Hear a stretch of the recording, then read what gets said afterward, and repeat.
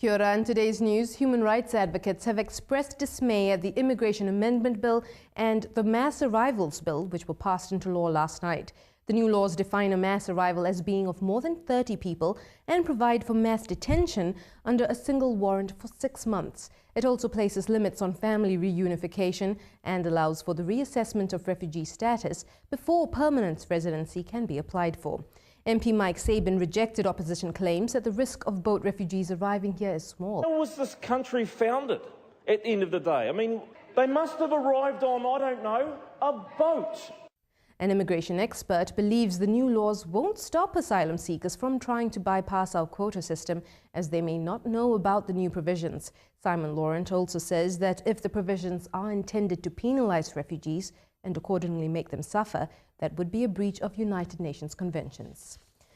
Following recent publicity over multi-sector job cuts, the Ministry of Social Development is welcoming a positive shift in business confidence and job growth. The ministry itself is creating 140 jobs. There are over 100 new food service positions in Mangere and the Waikato. New Zealand Bus is hiring 120 new employees, and Vodafone will be staffing its Auckland call centre largely from a pool of beneficiaries. Two leaders of the world's 2 billion Christians are meeting tonight, thanks in part to a Kiwi. Former Anglican Archbishop of New Zealand, David Moxon, has facilitated the meeting tonight between Pope Francis and the Archbishop of Canterbury, Justin Welby, in Rome, where he is now based. Current Archbishop Philip Richardson says his predecessor has always fostered closer relations between the two churches. At an international level, he has been the Anglican co-chair of what's called the Anglican Roman Catholic Commission. So internationally, he has been the Anglican leader of the dialogue between Anglicans and Roman Catholics.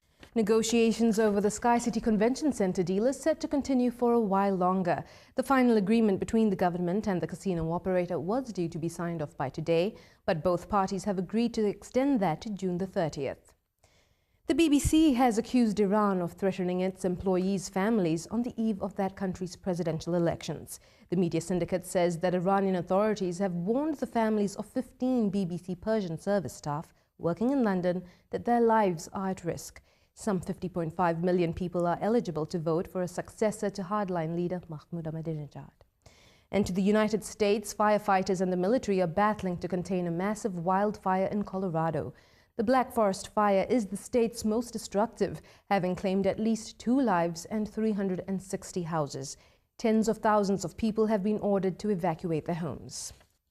And finally, Kiwis around the country have been celebrating the Maori New Year this week, and tonight, Kingi Tuhetia is marking the rising of the Matariki constellation, which is represented in his coat of arms, Te Paki. He is hosting a formal Matariki dinner for the first time, which will become an annual event. Around 150 guests are joining him at the event, which began with a special ceremony this afternoon to acknowledge a new sculpture outside Turanga Waiwai Marae depicting the first Maori king. Well, those are the headlines for Friday the 15th of June. Ka nui ngā karere mātua mai te whare kōrero rima, ka kite anō.